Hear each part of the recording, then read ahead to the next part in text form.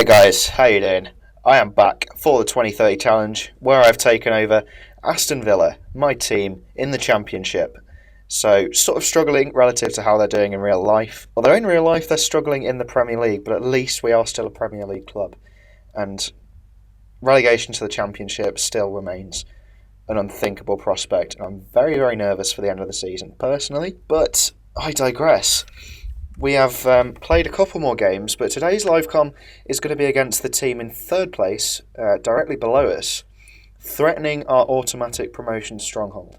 I'm just going to show you the table as things stand. So, us and Swansea, after 13 games, are tied on 31 points. They're top of the league by virtue of goal difference. They've been slightly better in attack, to be honest. Well, actually only one goal better, so we've been very, very even. An identical record. And again, very similar for and against stats. So Swansea, of course, being newly relegated, I think, from the Premier League. Let me just check that. So that's last season's... Oh, no. They must have been relegated 2 seasons ago. So recently relegated. So you'd expect them to sort of be up there with us. Sheffield Wednesday, today's opponents, are 6 points behind us. So we have the opportunity to open a 9-point gap on third place after just 14 games, which would be absolutely fantastic. This, I think, is probably the first live come against an actual promotion contender, because although I did play Norwich on the first game of the season, and they were recently relegated and favourites to come back up, they do seem to have sort of not started very well. You can see they're sixth, but they played on the Friday before this live com, so they've got an extra, and they won that game, so they've got an extra sort of 3 points on everyone.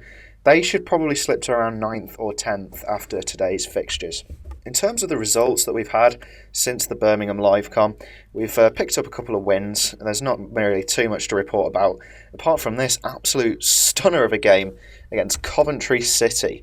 So this is away from home after the international break. We have a couple of pieces of injury news for this game, but also, I believe, they're not back for this game today, which is significant. Damian Martinez-Gonzalez is out for another 4 to 8 days, so he will miss the Sheffield Wednesday game. And Carlos Marti, our first-choice defender, the best defender at this club by some distance, really, is out for about 3 more weeks. Obviously, we have to deal with key players being sort of not available for the game. And we have a sort of loney centre-back pairing, Tony Hamichi and Paul Creamers. And although they're good Championship players, they are young and they are sort of liable to make a few more mistakes. But judging by the results, they haven't really put too much of a bad display on, although the teams we've been playing have been bottom half, sort of relegation fodder. On to the Coventry game. Cameron McKeon actually took the lead for Coventry on 11 minutes, and it took us until the 34th minute for Ivan Slavkov to score in response. And then our loanee from Chelsea, Diego Donachy, added 2 quick-fire goals just before half-time to make it 3-1 at the break. I told the lads they were doing well, and that seemed to spark the biggest sort of surge in complacency that I've ever seen on FM, because we conceded 2 within 7 minutes of the break. Cameron McGeehan pretty much straight from the second half kickoff, and then Josh O'Hanlon adding 1 from a corner. So it was 3-3 going into the 90th minute. And I'm going to show you how lucky I got here with this goal that sealed Diego Donachy's hat-trick. So it was Rothwell just twatting a goal kick from way outside his own area. Donachy got on the end of it with a volley from 40 yards and belted it into the back of the net. I mean, yes, it was an open goal. It was a dumb mistake from the keeper, but to get a goal like that on the volley from 40 yards is something special. It was a very sort of impressive way to end what was frankly a poor performance, and 3 points that we didn't really deserve, but we got away with it, really, is what I'm trying to say. And the next game was a sort of routine 2-1 victory against another bottom half team, this time Ipswich Town. Greg Nichols taking the lead on 15 minutes with Phil McGee equalising pretty much straight from the kickoff. We do have massive problems with that. In fact, I seem to have that sort of lack of concentration on every save I tend to do. It's just we can't respond to going 1-0 up in the right manner. We become complacent and the other team hit back immediately. Nevertheless, we weren't exactly punished for that when Chris White lashed one home after a bit of pinball in the box, a bit of disorganisation from the Ipswich defence, and he capitalised on that to make it 2-1, and that is the way it stayed. So with not much else to report, I'm going to get straight into the game here. We're away at Hillsborough, so yeah, I think I'm going to stick with this tactic for now, but I may switch to my more defensive tactic if I need to. All I've really done is dropped someone in DM from sort of the central mid position. It shouldn't alter too much. I just want to check something here. He needs to run wide with the ball just to fill the space over there. Yeah, so that's all sorted. I'm going to start with this tactic though, because I think it's the one that we're more accustomed to using. And I'm going to make a few changes for the game. There isn't really too much sort of room for manoeuvre tactically because of the amount of injuries we have. But I just want to get some fresh legs, as many fresh legs in there as possible. I was going to bring Kareem Sadler on there, but he's not match fit in the slightest, so it's not really worth risking that one. So this is the team I'm going to go with then. So we've got Osborne, Koch, Creamers, Halub, Korinek, Donici, Antelek, Pack and Marshall with Slavkov and Nichols up front. Without Martinez Gonzalez in there, I really think we're lacking quality in midfield. And of course the big miss at centre-back is Carlos Marti. But hopefully we can counteract their 4-4-2 with a good performance here. They've got John Stones, obviously ancient at this point in time, but nevertheless probably still very competent centre-back. I'm going to tell them that I fully expect a win here and they're motivated. And just because it's a big game, I'm going to remind them really that I've got faith in them. And that doesn't seem to have worked as a team talk. Well, just judging by the lack of green, it could have worked. Yep, all the team instructions presumably are on point. So I think we're going to have to assess the stats sort of about 20 minutes in. See if we need to maybe switch to a more defensive strategy to tighten it up a bit. Because Sheffield Wednesday, obviously a place behind us, they have a bit more quality than the teams that we're used to facing, so that could be a problem. As Nichols finds Pack, now it's Marshall. We've got the first attack, it would seem. Slavkov sending in Nichols. It's 1-0. Come on, great way to start this game, and I'm going to tell the boys to tighten up as soon as we score that goal, because I'm eternally paranoid that we will concede a goal straight from the kickoff, because it always happens that way for me. I don't know what it is. Maybe my players just coincidentally have very low concentration stats. But there you can see the false 9 advanced forward combination working wonders there. Slavkov feeding through whoever it was. My mind blanked, I'm pretty sure. Yeah, it was Greg Nichols, the main man. So I really shouldn't be forgetting his name. Shame on me. But if we can keep this sort of intensity up for the 90 minutes, that'll be ecstatic. And we will have opened a real gap to Sheffield Wednesday, but it's still very early days, and that goal kick has gone straight to the Wednesday players. Now Kurosawa, yeah, he's the goalkeeper, and now Barrow, oh no, Schaefer's one-on-one, straight at the keeper though. His manager's going to be very frustrated with that poor effort at goal. It's one that we've got away with. You'd like to think that Sheffield Wednesday are going to sort of go more on the offensive now in search for the goal, so I don't know whether it's worth tightening it up a bit. Yeah, you can see they're having more shots at the moment. We have another highlight here. I wouldn't be surprised if they equalise, but we have the ball.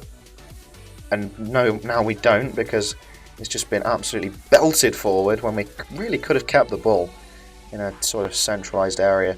It's Marshall heading it on for Pack, and it's going to be Sheffield Wednesday on the ball. Creamers, that's a poor ball. Osborne collects though, bailing his teammate out there. Now he launches it upfield. I'm just worried about this highlight. It's just all bogged down in midfield at the moment. There's a very squeaky door in the background. Apologies for that, but Antelek slips through Nichols, and that was close. We're having the best of the chances here, and that's encouraging to see. Osborne, it's always risky when your keeper's placed way outside his goal for a free kick, because as you saw against the Coventry game, players can take advantage of that, but it's now Slavkov. Antelek sprays it out wide to Koch, who's on the overlap. It's Donici, the left winger, and it's just been tipped wide, and we've got a corner. Let's see if we can make it 2-0 here. No, it's Barrow looking to launch a counter-attack. As long as we can just marshal him wide, that's the one.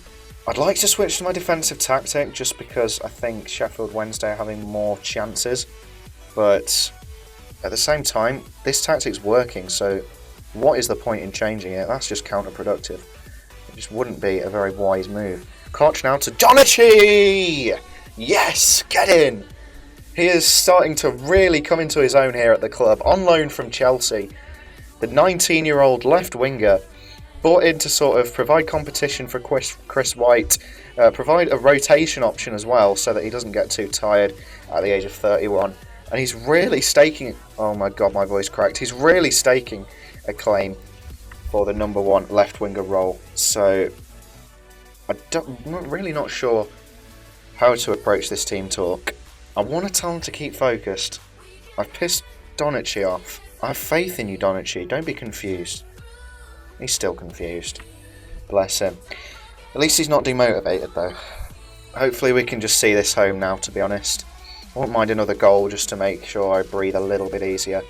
But in terms of the performance, we've really sort of taken the game to them here. And then, I don't know if you just saw that, but Rotherham have taken the lead against Swansea, who are obviously right up there with us on the same amount of points. So not only could we move 9 points clear of third here, but we could also go 3 points clear at the top of the league. So this could be an extremely good weekend for us. We've got to get the result ourselves though, and Sheffield Wednesday are launching something. It's Olsen, it's Knight, and that is a very well worked goal. And Ashley Knight has found the back of the net for 2-1. And you could probably see that coming. Their manager's probably given them an absolute rollicking in the dressing room. Somebody's had a boot thrown at them and is going to seal a quick move away to Real Madrid. Anyway, I'm going to bring Ivan Slavkov off because he's looking nervous and he's also dead. A nervous corpse is not the kind of player that I want up front for my team. I'm also going to bring Marshall off just because he's on a yellow card and he is the ball-winning midfielder. Of course, the most likely sort of player role to get sent off. Sheffield Wednesday have quite a bit of time to get this decisive goal here. Of course, Swansea will still be praying that they do that so that we don't go 3 points clear. But again, why change anything? We're 10 minutes away from a very, very crucial win here at Hillsborough. And nothing seems to be happening, which is my kind of game when we're 2-1 up with just 2 minutes to go. But now, panic stations, because Sheffield Wednesday have a highlight. You can only just sit and watch as they rally forward. And there's so much lag, I can't see what's going on. Apologies for this. Oh, they've equalised. That's not acceptable. We've thrown it away. I can't believe that. We had the win in the palm of our hands, and Football Manager has decided that it hates me. And we've missed an opportunity to stretch our legs, really. But having said that, the position we're in is not bad at all. Swansea ended up losing their game, so we remain 6 points clear of third place, and we've also gone a point clear at the top of the league. So while it's so annoying that we had a win in our grasp and really outplayed them for a lot of the match and still only came away with a point, it could have been a lot worse. Swansea could and should have won their game against Rotherham, and they would have been 2 points clear had that happened. So it's a bit of a bittersweet feeling at the moment for me.